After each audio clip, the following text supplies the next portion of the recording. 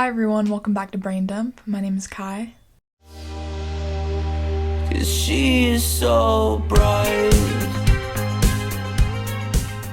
And this is a podcast where I talk about pretty much whatever the fuck I want to talk about. So, just want to preface per usual that I'm not a mental health professional. I'm just a 21-year-old that's struggled with mental health pretty much my whole life, and I'm just here to share my personal experiences with these topics.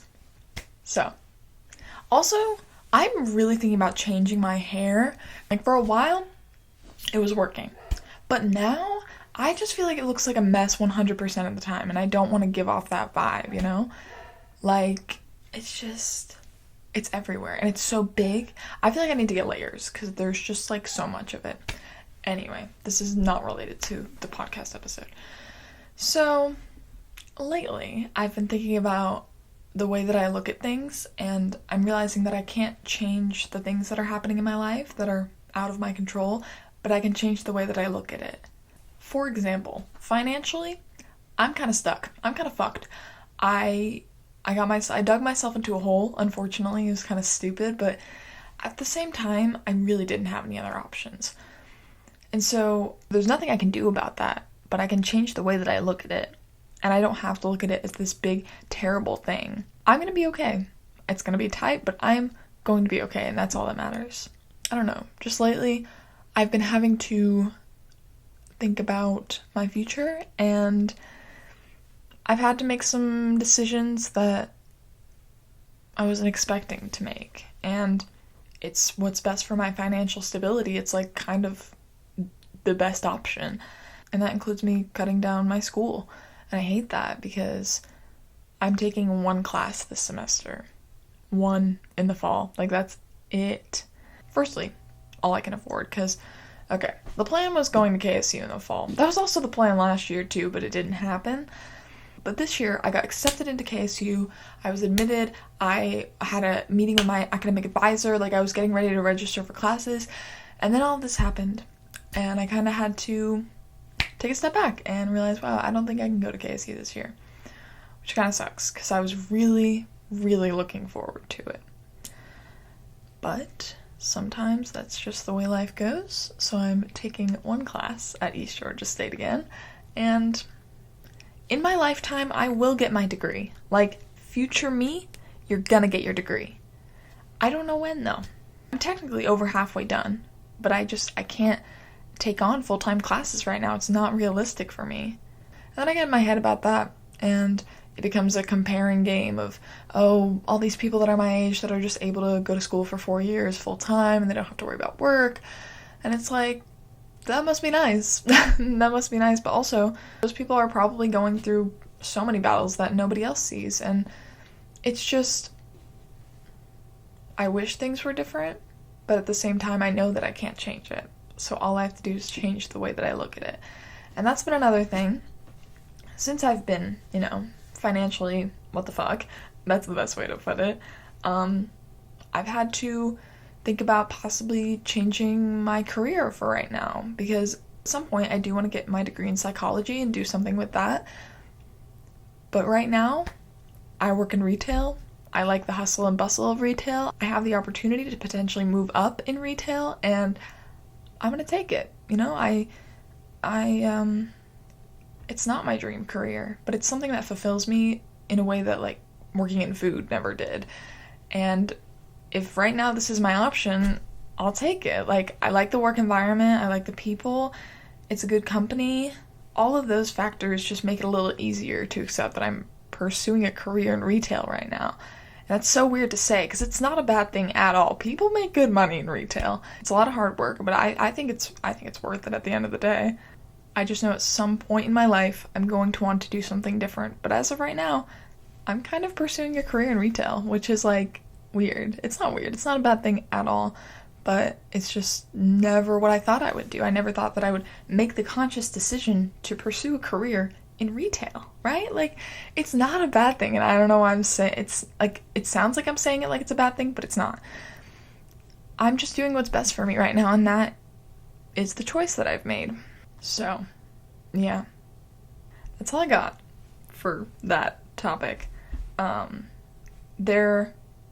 I'm sure everybody has heard about the flooding that's going on in Texas right now. I'm going to leave some resources in the episode description on Spotify and then in the regular description on YouTube. So if you want to take a look at those, donate if you can. Do whatever you can to help the people in Texas. They're going through fucking hell right now. And just keep them in your thoughts, your prayers, whatever you do to send positive energy, do that for them. Book of the week, Ward D by Frida McFadden. I've read 10 pages. What is wrong with me?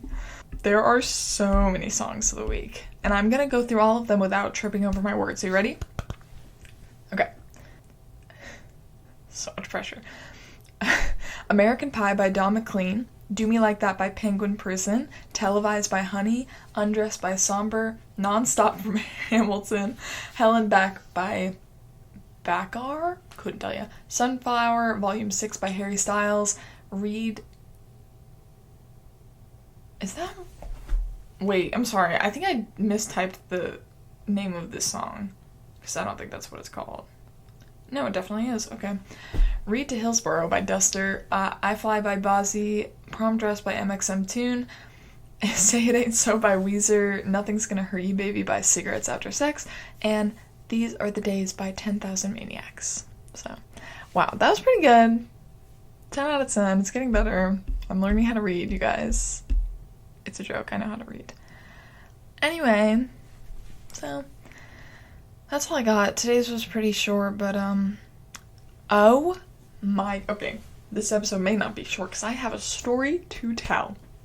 Okay, this may be oversharing, but I feel like I do that a lot on this podcast anyway. I'm 21, and as we know, women, when they turn 21, have to get their first pap smear, right?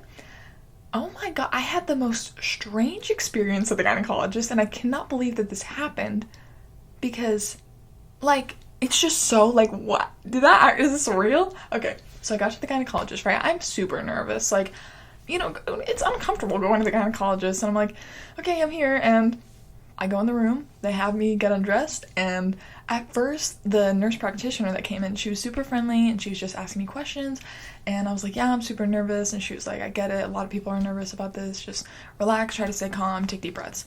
And, you know, it made me feel a little comforted at first, because I was like, okay, I'm not alone in this. And so then the actual gynecologist came in, and she was nice, but she was very, like, I don't know how to describe it. Like, I felt like I could feel her judging me. That's also just me being an overthinker. But, like, she just had that judgmental look, and I'm sure she was not judging me at all. But I just got that vibe. And so, okay, it gets worse. So, I'm up there, legs up. This is weird.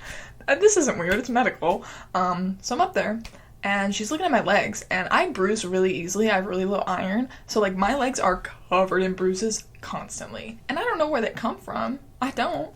But she's asking me, she's like, so where did all these bruises come from? And I'm like, oh, I just, like, bruise really easily. And she's like, did you fall? And I'm like, no, I really don't know where I got, I work in retail. I'm kind of bopping all over the place all day. So I probably just ran into something. And she was like, who do you live with? And I was like, my mom? And she was like, so do you guys get along? And I was like, yeah. And in my mind, I'm like, are you insinuating that my mom beats me? I'm so confused. And then she asks me if I have a boyfriend. And I'm like, yeah. And then she was like, oh, does he treat you right? And I'm like, yeah. What's going on right now? And it just felt like she was judging my bruises on my legs. And I was like, okay, this feels weird. So then we move on. Okay, guys. The gynecologist is supposed to be uncomfortable. It's not supposed to be painful. So why was it fucking painful? First of all, almost kicked her in the face.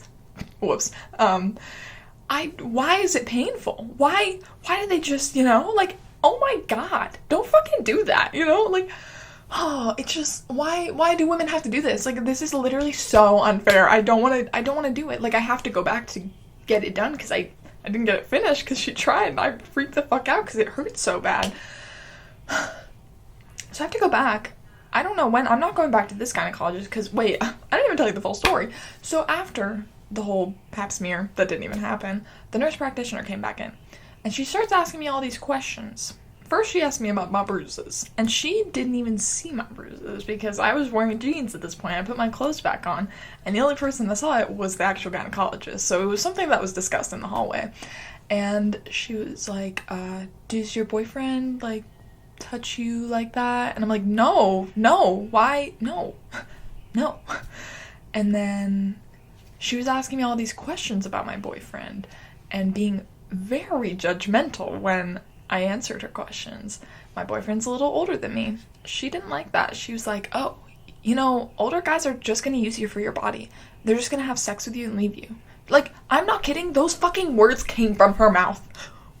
What? Who are you? Who are you? Who are you?